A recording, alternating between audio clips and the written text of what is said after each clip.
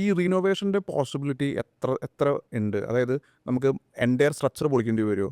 അതൊരു മിനിമലായിട്ട് വാളിൽ മാത്രം കുറച്ച് കട്ട് ചെയ്തിട്ട് നമുക്ക് അങ്ങനെയൊക്കെ അങ്ങനത്തെ പ്രോസസ്സുകൾ നിങ്ങൾ ചെയ്യാറുണ്ടോ?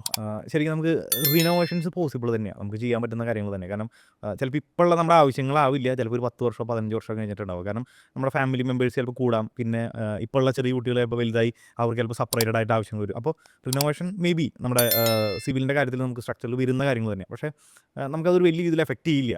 കാരണം ഓൾറെഡി നമ്മൾ അങ്ങനത്തെ ഒരു എന്താ പറയുക ഒരു സ്ട്രക്ചറിലല്ല നമ്മളത് വർക്കൗട്ട് ചെയ്തെടുക്കുന്നത്. കാരണം പിന്നെ അതുപോലെ തന്നെ ചിലപ്പോൾ നമ്മൾ ക്ലയൻസിൻ്റെ അടുത്ത് നമ്മൾ ആദ്യമേ വരുന്ന നമ്മുടെ ക്വസ്റ്റ്യനുകൾ ചോദിച്ചിട്ടുണ്ടാവും. ചില ചോദ്യങ്ങളുണ്ട്.